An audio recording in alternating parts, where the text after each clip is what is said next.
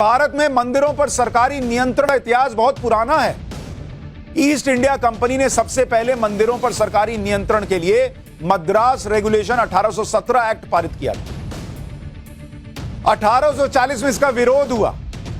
इसके बाद 1863 में रिलीजियस इंडाउमेंट्स एक्ट लाया गया, जिसमें मंदिरों के अधिकार अंग्रेजों के हाथ में आ गए थे, क्योंकि अंग्रेजों को भी दिखता था कि मंदिरों में पैसा आता है, ये सारा पैसा ले लो, तो उन्होंने अपने हाथ में ले लिया। इसके बाद साल 1925 में ब्रिटिश हुकूमत the Madras religious and charitable endowments act 1925 लेकर आई। इसके तहत सभी धर्मों की धार्मिक संस्थाओं पर सरकार का कब्जा होगा, यह कह दिया गया। लेकिन आप आश्चर्यचकित रह जाएंगे सुनकर कि चर्च और मस्जिदों के भारी विरोध के बाद इसे वापस ले लिया गया। इसके बाद साल 1927 में Madras Hindu religious endowments act लाया गया।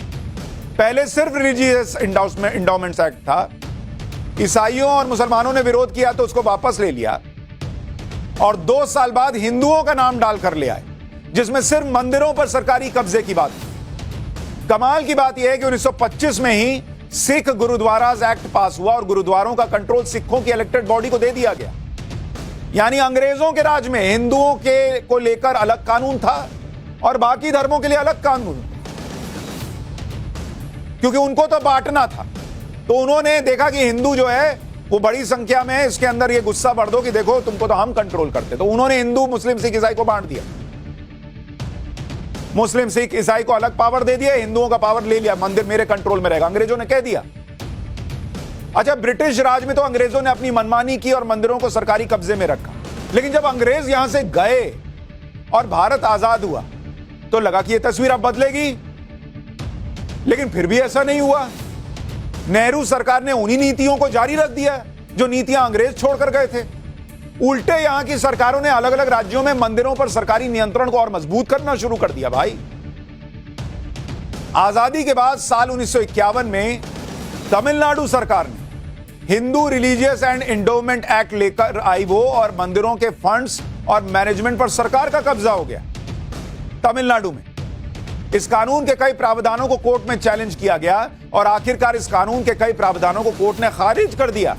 कोर्ट ने खारिज किया, लेकिन इस देश की सरकार ने नहीं रोका।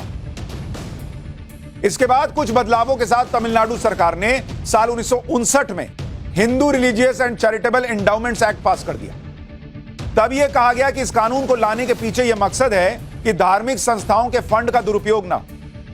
धार्मिक संस्थाओं में फंड का दुरुपयोग सिर्फ हिंदू कर लेंगे, मुस्लिम नहीं करेंगे, सिख नहीं करेंगे, ईसाई नहीं करेंगे, और सबसे बड़े जो फंड का दुरुपयोग करने वाले बैठे वो हिंदू बैठे कि मंदिरों को अपने पास रखो, ये फंड का दुरुपयोग कर लेंगे, बाकी तुम लोग अपना अपना देख लो। ये इस देश में हिंदुओं के साथ हुआ है। अंग्रेज करके गए और यहां की सरकारों ने फिर किया। इस कानून के तहत राज्य में एक Hindu religious and charitable endowment विभाग बना और कमिश्नर को नियुक्त किया जाता है। इसी तरह कर्नाटक के मंदिर भी सरकारी नियंत्रण में। कर्नाटक में तो 5 अलग अलग कानूनों के जरिए मंदिरों पर सरकारी नियंत्रण है boss. Madras Hindu religious and charitable endowments act 1951 भी इसमें शामिल है।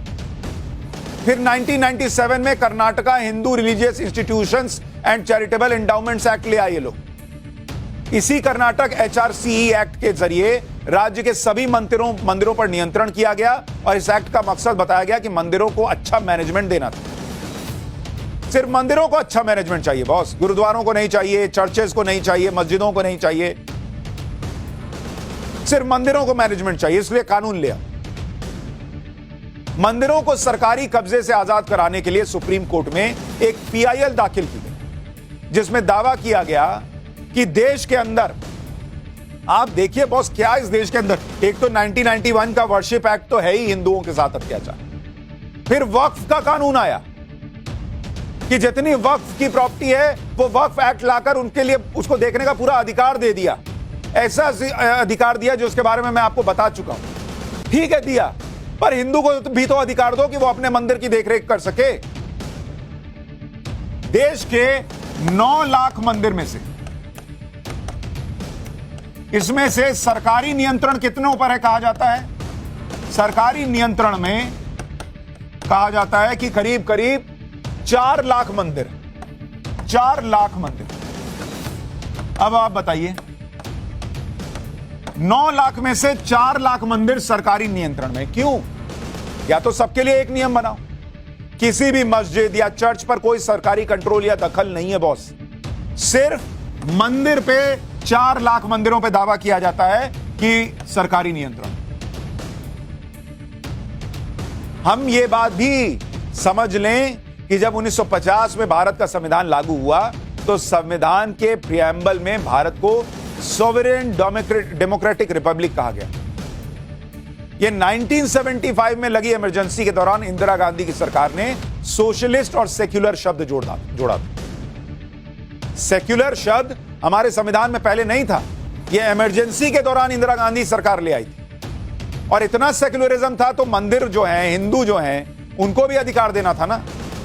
इसके अलावा संविधान का अनुच्छेद 25 और अनुच्छेद 26 है, जिसमें अनुच्छेद 25 में धर्म के पालन प्रचार प्रसार की गारंटी है और अनुच्छेद 26 में अपने अपने धार्मिक मामलों को मैनेज करने की आजादी की गारंटी दी गई है। लेकिन यह सब मुसलमानों, ईसाइयों और सिखों और दूसरे धर्मों में लागू हो जाता है। दूसरे धर्मों की संस्थाओं पर सरकारी कंट्रोल नहीं चलता, लेकिन हिंदू धर्म को लेकर कई तरह के कानून बनाकर मंदिरों को कंट्रोल किया जाता है। क्यों? और इसलिए मैं पूछ रहा हूं कि क्या नरेंद्र मोदी जो देश के लिए इतना समर्पित हैं, वो 100 करोड़ हिंदुओं को यह न्याय दिलाएंगे?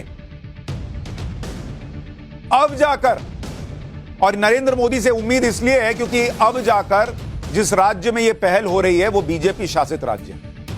अब कर्नाटक में ऐसी पहल हुई है कि वहां मंदिरों को सरकारी नियंत्रण से हटाने की बात की जा रही है। कर्नाटक के लिए आपको बताऊं, कर्नाटक में करीब मंदिर जो हैं,